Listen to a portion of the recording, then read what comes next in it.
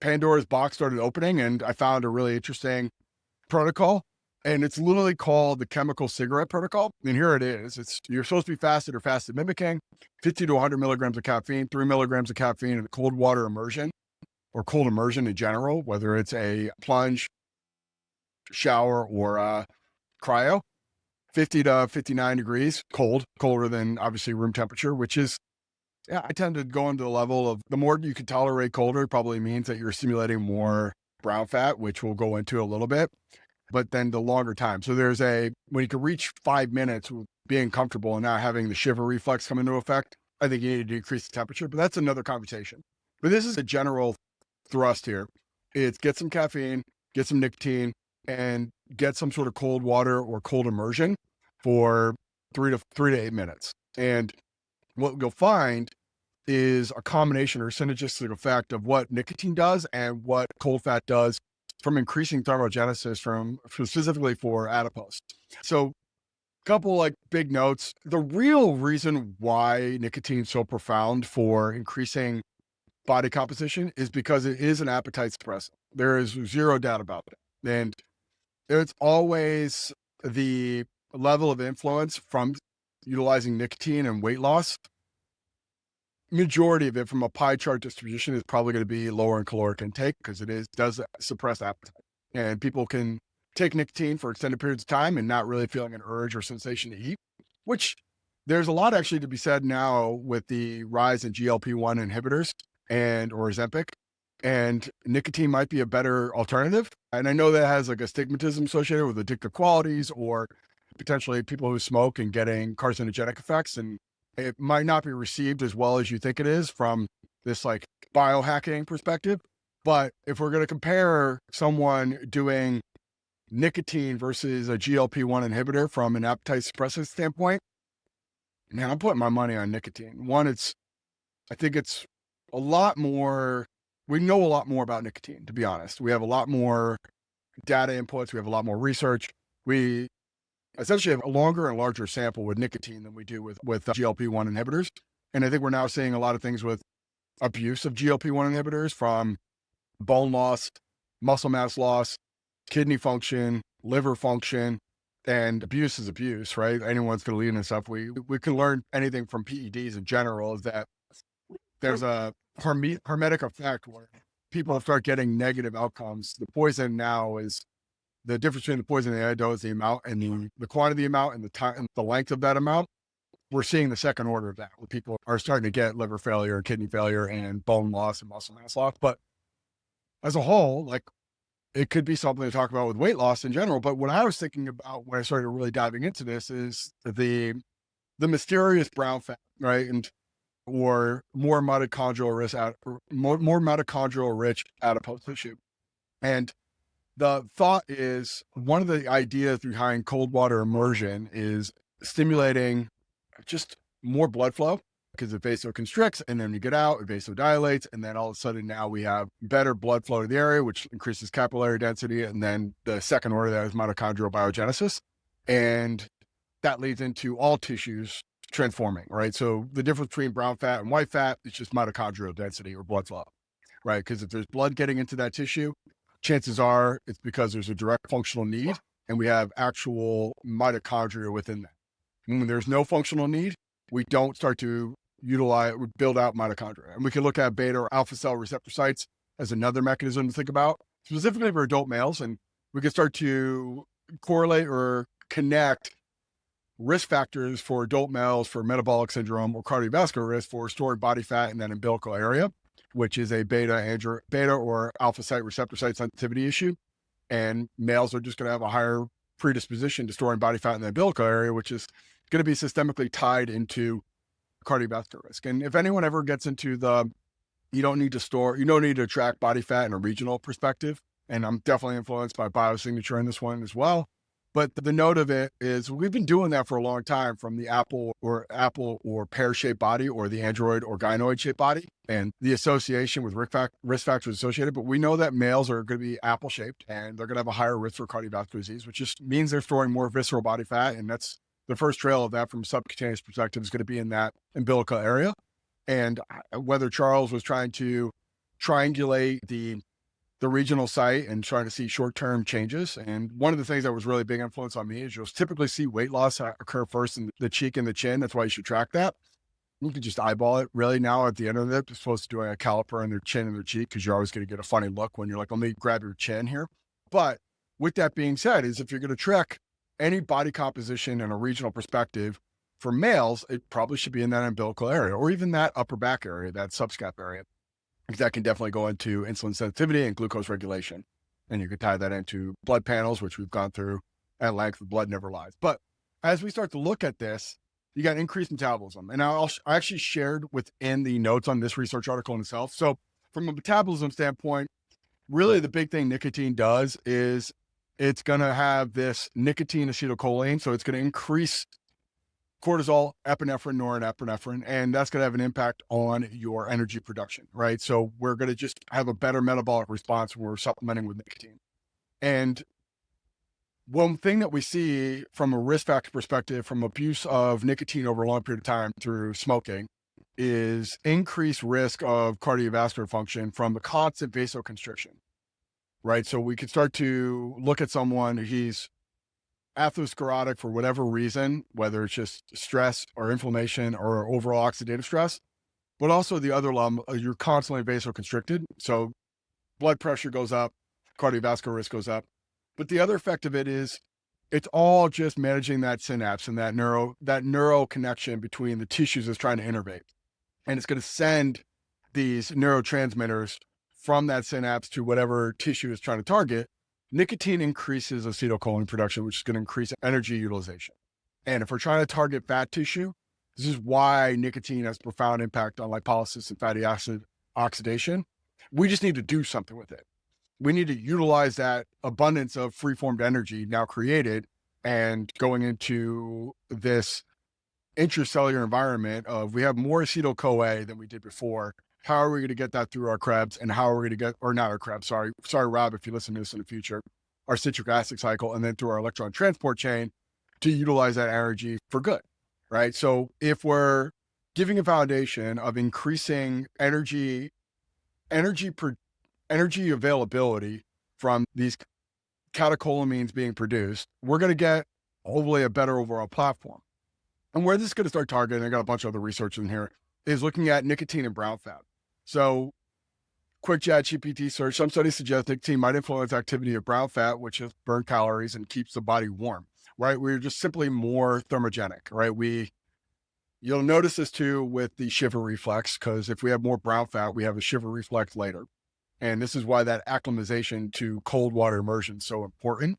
But when we start to think about it, that signaling of nicotine to send acetylcholine from one synapse to the targeting tissue is going to be pretty profound with that activation of adipose tissue converting from white fat to brown fat. And actually, Charles said this in passing one time. He was like, if you want to help people lose weight, put them in a cold room and deprive them of food. And that's why I think that fasting or fasting mimicking is so important in this. But this research article, which I thought was really interesting, looked at nicotine as a way to stimulate or convert white adipose tissue into brown adipose tissue.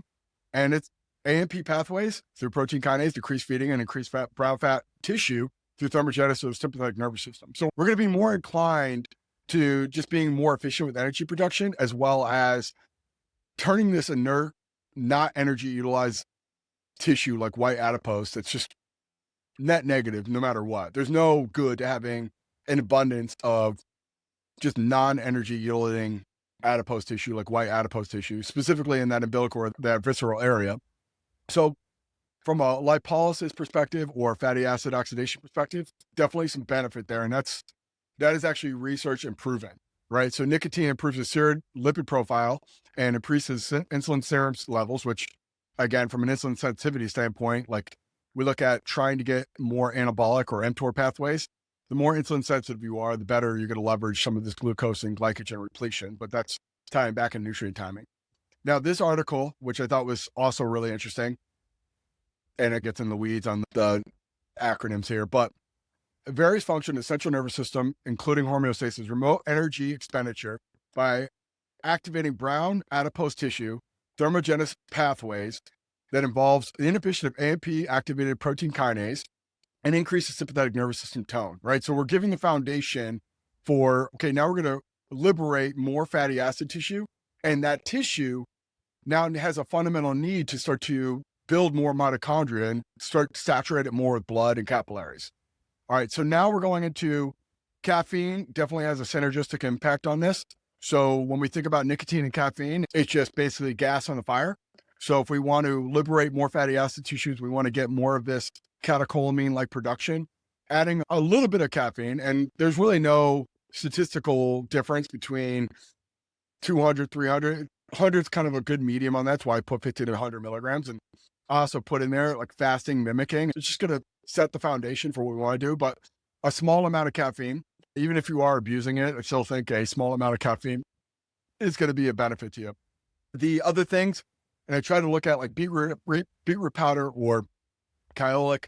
Not a whole lot of research looking at the synergistic properties of nicotine with kyolic or beetroot, but the idea is try to limit or tamper inflammation, right? We are liberating fatty acids, which is going to come with some sort of oxidation, and that's just inflammation, right? So short-term inflammation, try to manage that by supplementing B12 and folate, not folic acid, which is the chelated version of folic acid, and it's more absorbable. But if we look at folate and B12, maybe in conjunction with a kyolic or aged garlic extract, or even something like a beetroot extract, that's going to have a profound impact on all these liberated fatty acids and the associated oxidation and inflammation with that. But here's where we get into the fun part. Cold water immersion has a big impact on brown fat, right? It's proven, it's research, it definitely has a big impact. And when we know that people become acclimated to cold and don't have the shiver reflex happen prematurely from higher than normal temperatures. So if you get a shiver reflex at 60 degrees, you're probably not very thermogenic and you're not utilizing that adipose tissue in the way it should. So if we're thinking about the combination of nicotine, which increases catecholamine production and blood, vasoconstricts the blood, the actual blood vessel, but increases actually acetylcholine production and starts to liberate more fatty acids. And then we start to combine that with, okay, now this adipose tissue that's white doesn't have a lot of mitochondria and a lot of blood flow to it. By adding in cold into it, we are going to amplify the effects of nicotine in there. And that's the actual protocol. It's called the chemical cigarette. And people who smoke for years are always traditionally leaner, but they also have associated cardiovascular risk from just this constant vasoconstriction and excessive catecholamine production. You complement that with folate and B12 and beetroot extract and kyolic. You essentially have probably one of the more robust conversion of white adipose tissue to brown adipose tissue. And I think a better alternative, if we can somehow articulate that and sell that in a way that doesn't discredit Ozempic and short-term effects, but also knowing there's a point of diminishing returns from doing that too much and too often or too long, I think we can hopefully close a lot of gaps here.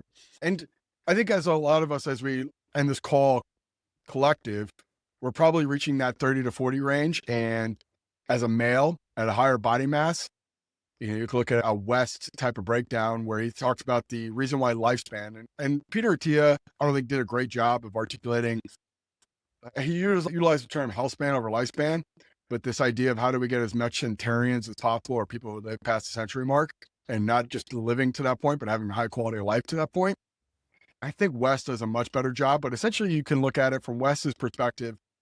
We have a finite amount of beats. So the more we're constantly at a higher elevated heart rate, which is why it's so important to look at ambient or resting heart rate, is essentially your floor.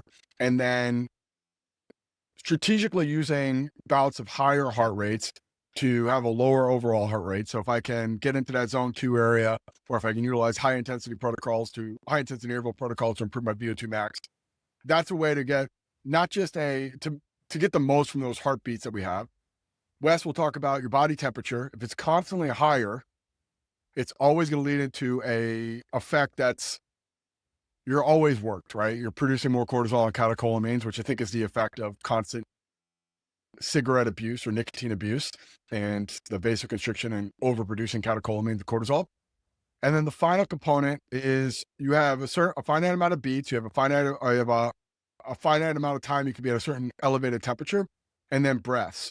And breath is another big component of this. When we think about mitochondria, capillary density, essentially it's better at delivering oxygen, but the venous system and removing CO2 from the system. How good's your exhaust? And if we have a certain amount of breath, certain amount of beats, certain amount of temperature we can sustain for our lifespan, then we're going to get, we have to manage that more effectively. And I just look at it from like the same thing we would look at from your 401k or your bank account. Like, how are we utilizing and allocating our resources to get the highest quality of life and experience? And if I'm saving my money to go on a vacation, or if I'm investing that money, I'm getting a better return, I'm letting it compound. But the same thing with exercise and the micronutrients, macronutrients, and even the supplementation that we're doing is just trying to capitalize on this stuff more effectively. And the protocol that I think is really interesting on this, and alternative to something like Ozempic or GLP-1 inhibitors, will be this chemical cigarette. It's not a great term, and it's not going to come off as the way you want it to. So I would refrain from using it with your dad or your mom, who is just trying to have a higher quality of life later in life, or that weight loss client that's never done a damn thing and is constantly crushing fast food. But the note of this is, by strategically utilizing something like nicotine, combining it with cold water immersion, a little bit of caffeine, we can get very comparable results, and we can have this higher quality of life experience. And it could be a great gateway to then making better decisions. Just back when we talked about nutrient timing and feedback loops, if this person is making better decisions over time from these simple things. And the nice thing about cold, relatively speaking, to doing 30 to 60 minutes of zone 2 work, it's less time.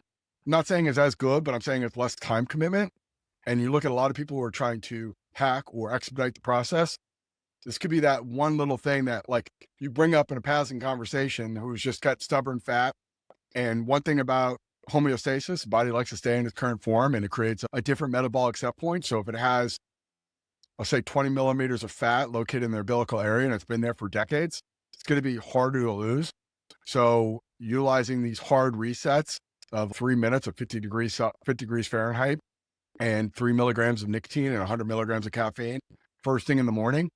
And then maybe that leads into better decisions the rest of the day from doing more cardio, maybe doing more ADLs like walking, taking the stairs, etc. You're going to start to see pretty significant changes in a relatively short period of time.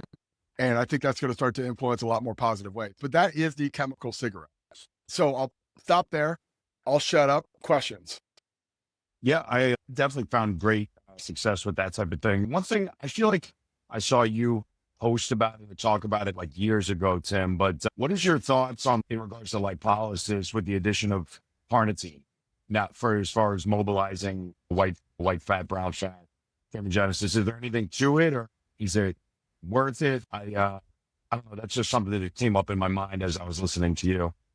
That's a really good point. And I would actually say that might be a great stack here as well. So carnitine's primary function is shuttling fatty acids into the mitochondria. That's its sole function. It's its primary function. It's part of the amino acids. And if you think about carnitine in itself, it has this like association of being ineffective when taken in isolation. And I fully wholeheartedly agree with that. You can't just take carnitine and you're going to get fucking shredded. Right. And nothing works that way. Right. If I just take leucine and I don't have a complete amino acid, like whether it's, I look at a BCA perspective and I do leucine without valine isoleucine, or if I look at it from, I'm not taking it in conjunction with all the essential amino acids. That's why I typically recommend doing EAAs over BCAAs. Just it's better to have all as opposed to a small amount.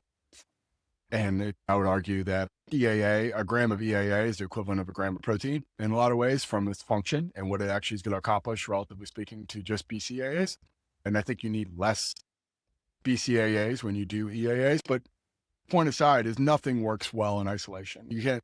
That's why research is going to struggle on this level of like just giving someone carnitine as a intervention, whether it's 5 grams or a bolus amount, 50 grams, is not going to do a whole lot, right? Shuttling fatty acids is not the problem. But when you have more liberated fatty acids and you have more need for transport, having more carnitine in the system, whether it's from actually eating more animal proteins or supplemental forms, I think is going to have a big net positive impact. And that might be the level up. And one interesting thing, now that I work in the commercial fitness space and I have to get past the bottleneck of them purchasing the stuff, and the association with the bigger bottleneck is probably their lifestyle and habits, not sleeping enough, not drinking enough water, not eating enough protein in general. that carnitine is not going to make a net, not going to put a dent in this. But with that being said, is the association with, if you're going to take 3 grams of carnitine a day and you're going to go through these steps of 3 milligrams of nicotine and caffeine and cold water immersion for 3 to 8 minutes, chances of them making better decisions are probably going to be way improved. But then it's like the joke of when you take a B complex, you just basically just bought expensive urine. I find that's a counterproductive conversation, in my opinion, because yeah, like when you have really fluorescent urine and from the riboflavin, it's the, oh yeah, that's working. And then the other immediate association with, I'm not losing body fat, or I don't feel better, I don't have more energy, and my urine's really vibrant neon green. I just basically pissed it all out. Like, it's stacked on a lot of other really good things. And I would say in isolation from a really good crossover design, looking at this stuff, like the stacking these things actually does have a positive net impact when you compare it in a crossover design to someone not doing it. But I think in conjunction with other really good things like carnitine, I think is really important, from the concept of you might as well squeeze as much out of this protocol as humanly possible. And a carnitine supplement would be really beneficial here. And that's why I even threw in like folate and B12 in there, because there is a second order managing the oxidation that you're going through and the inflammation that you create because of it. And I talk a lot about, if we're going to violently vasoconstrict, we need to violently vasodilate as well. This yin and yang approach. So if we're going to do something that is vasoconstrictive, like nicotine, we need to use something that's vasodilative, like beetroot powder or kyolic.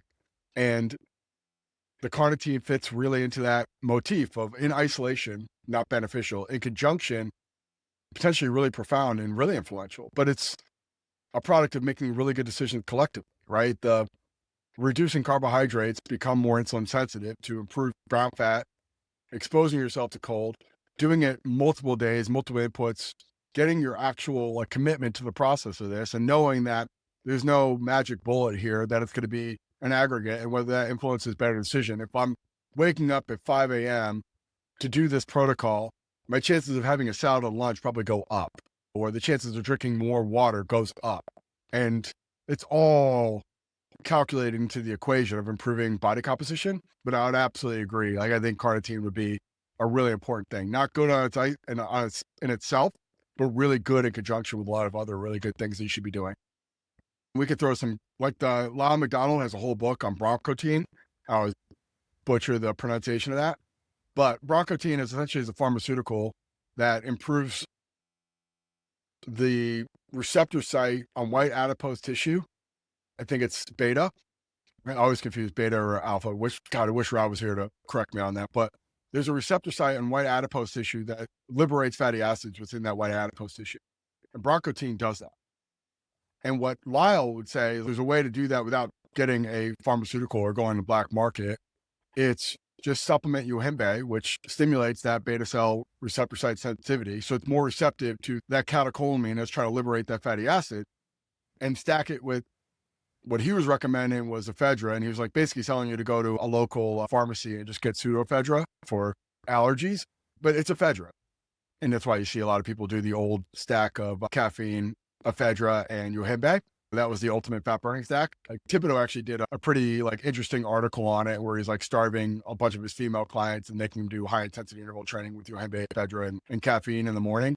I think he created a lot of either body dysmorphia, eating disorders, / like women who had some serious issues from that. But the point being is the sample responded really well to it. And you can always take things up a notch.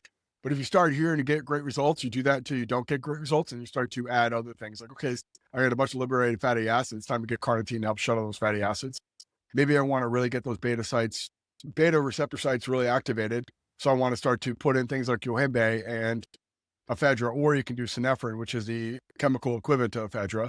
And you can start to get these things into the system that improve it. And you don't need a whole lot.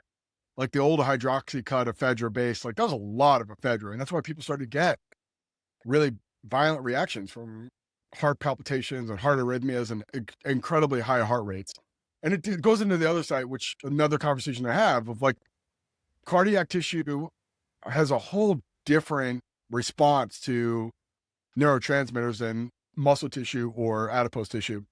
And it's about targeting the right tissues with the right combination of either neurotropics, adaptogenics, or even just stimulants or amino acids and B vitamins to get these things working the way you want. And then you match it with a protocol. And protocols are always have a funny thing with me because it gives this impression that is the panacea of all things. And it's the myopic focus of this is all you need to do and you'll be set for life. No, you got to go in sprints, right? Like you got to treat it like a hit workout where you're like, I'm going to do this for a period of time, see the results, and then temper that down because there's a point of diminishing returns from either results or even a long-term problem with it, but or abusing it. But then it gets into maybe I need to move into more zone 2 work and improve my VO2 max and cardiovascular function to make my whole body more systemically more efficient. Or it moves into, I'm going to do intermittent fasting, or I'm going to do fasting, or I'm going to restrict carbohydrates, or I'm going to have a more balanced diet, or now I got a really good body comp. I have probably the best platform to build muscle tissue, and I need to start to incorporate more glucose. I need to start incorporate different amino acids and look at different mTOR pathways. It all goes into phases. And I do think Rob's hit the nail on the head with looking at seasonal eating. It's a great way to get purpose in meeting at certain periods of the year and utilizing the natural circadian of your body as well as the seasons that you're in from your geographical longitude to really time it. And if you can tolerate high energy yielding food like carbohydrates, you should definitely capitalize on that. But it needs to be predicated off, can you utilize those carbohydrates effectively from the right insulin sensitivity and the right activities associated with it?